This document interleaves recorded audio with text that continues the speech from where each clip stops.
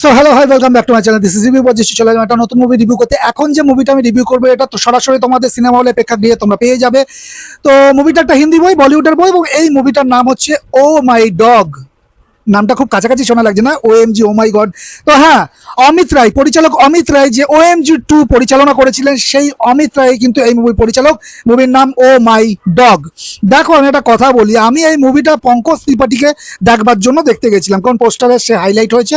তো মুভিটা কিন্তু দেখে আমি সারপ্রাইজ, কারণ এই মুভিতে ওই কুকুরটা যে অভিনয় করেছে, তো সবাইকে ছাপিয়ে গেছে সে। যারা পোষ্য ভালোবাসো, পেট ভালোবাসো, আর বিশেষ করে যারা ডগ লাভার, তারা কিন্তু এই মুভিতে দারুণ এনজয় করবে। কিছু দৃশ্যে কাঁদাবে, কিছু দৃশ্য তোমাকে হাসাবে, এবং প্রচুর এবং ভালো ভালো মোমেন্টে কিন্তু ঠাসা এই মুভিটা।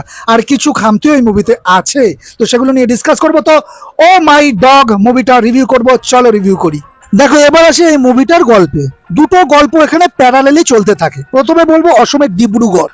এখানে অপু, যেটা মাহিরাই প্লে করছে, এই অপু নামের এক ছোট্ট ছেলে, প্রিয় কুকুর মোমো, হঠাৎ নিখোঁজ হয়ে যায়। পুলিশ কোনো সাহায্য করতে চায় না, কিন্তু অপু হাল ছাড়ে না।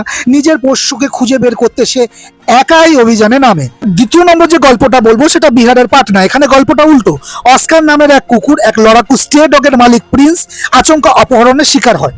এখানে প্রিন্স একজন শিশু শ্রমিক, ঠিক আছে? এবার একজন মানুষ নয়, একটা কুকুর তার মানুষকে বাঁচাতে বেরিয়ে পড়ে। বুঝতে পারছো ব্যাপারটা? বিহারে কুকুর বাঁচাচ্ছে মানুষকে, আর অসমে বাচ্চারা বাঁচাবার চেষ্টা করছে বা খুঁজে বার করার চেষ্টা করছে কুকুরকে। যাই হোক, একদিকে একটা বাচ্চা খুঁজছে তার কুকুরকে, আর অন্যদিকে একটা কুকুর খুঁজছে তার মানুষ বন্ধুকে। এই দুই চোর পুলিশ খেলার মাঝে গড়ে উঠেছে ছবির আসল নাটক। চলে আসছে এই মুভিতে আমার কি পজিটিভ লিখেছে। প্রথমেই বলবো, এই মুভির যদি পজিটিভ দিকে আমাকে বলতে হয়, সত্যি বলতে মানুষের অভিনেতাদের চেয়েও আলো কেড়ে নিয়েছে এই অস্কার চরিত্রে অভিনয় করা রিয়েল ডগ ব্রুনো। তার হাব ভাব, গন্ধ সুখে ক্লু খোঁজা এবং ভিলেনদের সঙ্গে লড়াইয়ের দৃশ্যগুলো পুরো দস্তুর মাসি অ্যাকশন হিরো মার্কা। তাকে দিয়ে পরিচালক যা কাজ করিয়ে নিয়েছেন না ভাই, তা সত্যি তারিফ পাওয়ার যোগ্য। আর অপুর চরিত্রে শিশু শিল্পী মাহি রায় অসামান্য টেরিফিক অভিনয় করেছে। সে যেভাবে ড্রেন দিয়ে হামাগুড়ি দিয়ে নিজের কুকুরকে খুঁজতে যায়, সেই দৃশ্যগুলো বেশ ইমোশনাল। আর সত্যজিৎ রায়ের অপু ট্রিলজির বেশ কিছু মিষ্টি রেফারেন্সও কিন্তু ওর ট্র্যাকে রাখা হয়েছে। ছবিটা শুধু হাসি খুশি চিলড্রেন্স ফিল্ম কিন্তু একেবারেই নয়। কুকুর পাচার, অঙ্গ পাচার চক্র, কিডনি যেটা র্যাকেট, বাল্যশ্রম এবং পুলিশের গাফিলতির মতো গম্ভীর বিষয়গুলো কিন্তু স্ক্রিন প্লের মাধ্যমে, চিত্রনাট্যের মাধ্যমে সাবলীলভাবে ছুঁয়ে যাওয়া হয়েছে। এবার আসে এই মুভিতে আমার কি গাফিলতি বা কি খামতি বা কি নেগেটিভ ইস্যুতে চলে আসছে। দেখো, প্রথমেই বলবো, 2.5 ঘন্টা 150 মিনিটের এই সিনেমাটা অনেক বেশি লম্বা হয়ে গেছে। সেকেন্ড হাফে তদন্ত বা খোঁজাখুঁজির দৃশ্যগুলো এতবার একই চক্রে ঘোরে যে এক সময় গিয়ে বিরক্তি ধরে যায়। একটা শার্প এডিটিং ছবিটাকে আরো রোমাঞ্চকর করতে পারতো। আরামসে আরামসে 20 থেকে 25 মিনিট না কেটে ছেটে বাদ দেওয়া যেতে পারতো, কিন্তু ওই মায়া বাড়াবার চক্করে রেখে দেওয়া হয়েছে সিনগুলো। আর ছবির গানগুলো ভীষণ রকম ফ্লপ এবং দুর্বল। একটা থ্রিলার ড্রামার মধ্যে অকারণে গান গুঁজে দিয়ে গল্পের পেসিংকে নষ্ট করা হয়েছে বারবার।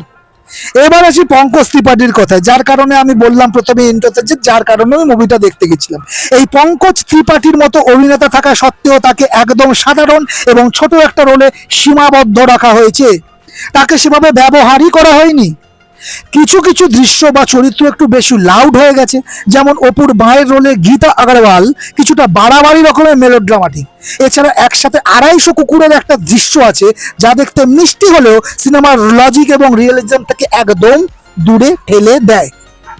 ফাইনাল বাড়ির যদি দেখো, ও মাই ডগ সিনেমাটা মন বা উদ্দেশ্য একদম ঠিক জায়গায় আছে, কিন্তু ভালো কনসেপ্ট থাকা সত্ত্বেও দুর্বল এডিটিং আর অতিরিক্ত মেলোড্রামার কারণে না এটা অসাধারণ সিনেমা হতে পারেনি, যেটা 777 চার্লি করতে পেরেছিল। বাচ্চা বা পোষ্যপ্রেমীদের জন্য সিনেমাটা ভালো লাগবে। হল থেকে বেরোনোর সময় চোখে একটু জল বা মুখে একটু হাসি নিয়ে বেরোবেন। তবে আপনি যদি টাইট, লজিক্যাল আর ফাস্ট পেস থ্রিলার হিসাবে কিন্তু এই মুভিটা অতটাও তোমাকে স্যাটিসফাইড করতে পারবে না। তো হ্যাঁ, ও মাই ডগ মুভিটাকে ছিল আমার এই অল ওভার রিভিউ। এই ভিডিও যদি ভালো লাগে লাইক শেয়ার করতে চাইলে প্লিজ সাবস্ক্রাইব করে রাখা ছিল। নতুন ভালো থাকো, টাটা।